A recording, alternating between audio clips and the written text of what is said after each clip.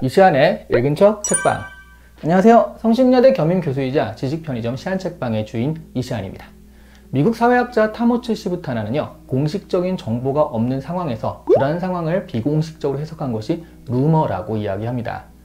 코로나 자체가 워낙 문제인데다가 그것이 여러 사회적 문제와 만나다 보니 지금 많은 루머와 유언비어를 양산해내고 있습니다.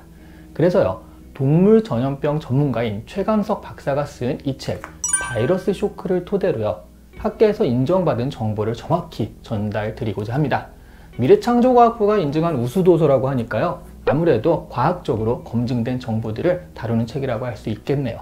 일반인들도 알기 쉽게 글을 썼기 때문에 읽는데 크게 어렵진 않지만요, 아무래도 바이러스에 대한 전문적인 내용이 나오지 않을 수 없기 때문에 책을 그냥 요약하는 것은 의미가 없을 것 같아서 제가 일반적으로 사람들이 궁금해하는 토픽을 선정해서 그것에 대한 대답을 하는 식으로 정리를 좀 해드릴까 합니다. 다른 사람들에게도 필요한 정보다 싶으시면 여러 군데 많은 공유를 좀 부탁드립니다. 첫 번째 질문은요, 왜 최근 들어서 전염병이 횡행할까 하는 건데요, 결론적으로 보자면 최근 들어서가 아닙니다. 제레드 다이아몬드의 총균세를 읽어보신 분은 균이 의미하는 바가 무엇인지 아실 겁니다. 서양 문명이요, 세계를 장악하게 할 때 큰 역할을 한 것이 균이라는 것인데요, 균에 대한 이야기를 할 때 예로 드는 게 스페인의 피사로가 남미의 대군과 맞서 싸우는 것입니다. 168명, 얼마 안 되죠. 이 스페인군이요, 8만 대군의 잉카 제국을 몰살시키게 되는데요, 사실 잉카의 병사들은 대부분 총에 맞아 죽은 게 아니라 천연두 균에 감염되어 죽었다고 합니다. 그리고요, 북미 대륙의 원래 주인이었던 인디언들은 원래 인구가 한 2천만 명 정도에 달했다고 해요. 그런데 콜럼버스가 신대륙에 도착한 후 전파한 유럽의 전염병 때문에 100에서 한 200년에 걸쳐서 인디언들의 95%가 감소했다고 합니다.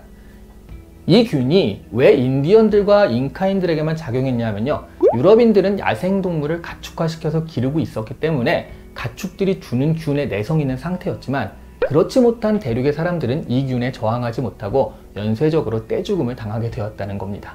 책으로만 보던 이런 일들이 지금 우리 사회에 나타나고 있습니다. 다만 지금의 전염병은요, 야생 동물에게서 온 것이기 때문에 기존에 내성 있는 사람이 없다는 것이 가장 큰 차이점인 거죠. 기존의 전염병 같은 경우도 동물들에게서 넘어온 것이 대부분이라고 합니다. 예를 들어 천연두는 낙타에게서, 홍역은 소에게서 유래되었다고 하는데요, 가축에 의한 전염병들은 과거 역사를 거쳐오면서 한 번쯤 유행을 했다가 내성이 생기거나 또는 치료법이 개발이 되어서 지금은 어느 정도 컨트롤이 가능하다고 하죠. 하지만 가축화에 성공한 동물은 사실 20여 종이 채 안 되거든요. 그렇다는 얘기는 수많은 종의 야생 동물에 의해 언제 어떤 병이 돌지 모르는 위협 속에 인류는 늘 살고 있다는 얘기입니다. 현재 지구상의 포유동물만 5천여 종이 살고 있다고 하는데요, 그중 바이러스의 숙주로 지목되는 박쥐의 경우에는요, 1240여 종으로요, 포유동물 종의 25%를 차지하고 있다고 하죠. 어떤 바이러스가 어떻게 잠복해서 언제 퍼져버릴지 그야말로 아무도 알 수 없는 상황이라는 겁니다. 두 번째 질문이죠. 앞으로 또 이런 전염병이 올까요? 하는 질문인데요, 어떤 사람들은 2003년 사스, 2012년 메르스, 그리고 2019년 코로나를 보면서 주기가 9년, 7년으로 짧아지고 있잖아요. 그러니까 5년 안에 또 이런 전염병이 올 수 있다라고 예측을 하는데요, 사실 이런 예측 자체가 불가능합니다. 야생동물에서 인간으로 넘어오는 과정은 그야말로 나비 효과가 일어나는 과정이라고 하죠. 야생동물이 가지는 그 수많은 바이러스가 모두 위협이 되는 것은 아닌 게, 종간 감염, 그러니까 다른 종이죠. 다른 종 간 감염이 되는 것은 극히 드문 바이러스라는 거죠. 그런데 유전자 뒤섞임으로 인해 우연히 변종이 일어나게 되는 것에서부터 시작이 됩니다. 예를 들어 박쥐가 가지고 있는 여러 바이러스들이 서로 조합해서 섞이는 과정에서 종간 감염이 가능한 새로운 신종의 바이러스가 탄생을 하는데, 이 박쥐들이요, 인간과 직접 접촉할 기회가 그렇게 많진 않잖아요. 그래서 양쪽을 다 접촉하는 그 매개동물이 필요하게 되는데요, 그게 사스 때는 사양고양이였고요, 메르스 때는 낙타였다라고 하죠. 이런 프로세스로 실제 전염병까지 나타나는 확률은 그야말로 극소수라는 거예요. 그래서 앞으로의 예측은요, 마치 날씨를 예측하는 것만큼이나 불가능하다고 합니다. 하지만 전염병이 돌게 되는 푸시앤풀 여건이라는 게 있는데요, 한마디로 말하면 사람과 야생동물 간의 접촉이 잦아질수록 이 가능성은 높아진다는 얘기예요. 산림 파괴로요, 야생동물의 생활터전이 줄어들어서 민가까지 내려올 수가 있고요, 반대로 인간은 또 산림을 개척한다고 밀림을 점점 찾아 들어가고 있죠. 접점이 점점 생기는 거예요. 거기다가 순식간에 전파가 가능한 대도시 여건도요, 전염병 유행의 확률을 높이는 요소라고 하죠. 에볼라 바이러스 같은 경우는 아프리카, 중앙아프리카에서 발병했기 때문에 군집 밀도가 적어서 그나마 전 세계적인 유행을 피했다고 하죠. 전 세계 민항기 또 3만여 대가 하늘에 날고 있다라고 하는데요. 이 여행의 증가 역시 전염병 확산의 중요한 이유가 됩니다. 그리고요, 사람의 그 이동을 아무리 막았다라고 해도요, 철새라든가 또 기후변화로 인해서 동물들이 이동을 하게 되면 이것들을 막을 수 있는 방법은 없거든요. 역사적으로 봐도 이런 전염병의 유행은 계속 있었습니다. 천연두라든가 패스트, 홍역 같은 것들이 있었고요. 1918년에 스페인 독감만 해도요, 전 세계 3분의 1이 감염되었고 최대 5천만 명 정도가 사망했다고 하죠. 보통 가이아설, 그러니까 지구 유기체설이라고 하는데 이 지구를 하나의 살아있는 생명체라고 생각하는 거예요. 그렇다면 이 지구가 생명의 밸런스를 유지하기 위해서 기하급수적으로 늘어나는 인간을 제거할 필요가 있어서 이런 전염병이라든가 자연재해를 통해서 인구수를 조절한다라고 생각을 하는 건데요. 그렇게 보면 앞으로도 자연은 예측 불가능한 바이러스로 계속 공격을 해올 것이기 때문에 이런 전염병의 유행은 생태계가 존재하는 한 계속될 수밖에 없다라고 합니다. 이제 좀 구체적인 질문으로 들어가 보도록 하죠. 세 번째 질문은요, 코로나에 걸리면 죽을 확률은 얼마나 될까 하는 건데요. 바이러스의 특성상 이 감염률과 치사율은요, 서로 반비례 관계에 있다고 해요. 그러니까 감염이 잘 될수록 치사율은 좀 낮고요, 반대로 치사율이 높은 것은 감염률이 떨어진다라고 하죠. 영화 아웃브레이크의 소재가 되기도 했던 에볼라 바이러스 같은 경우는 처음 발생했을 때 치사율이 80%가 넘었었는데요, 나중에도 평균적으로는 40%의 치사율을 가진다고 해요. 그러니까 여기에 걸리면 반은 죽는 거거든요. 이렇게 치사율이 높은 반면 감염률이, 그러니까 전염률이 그렇게 세진 않아서 지금까지 중앙아프리카와 서아프리카에서만 유행했다고 하고요.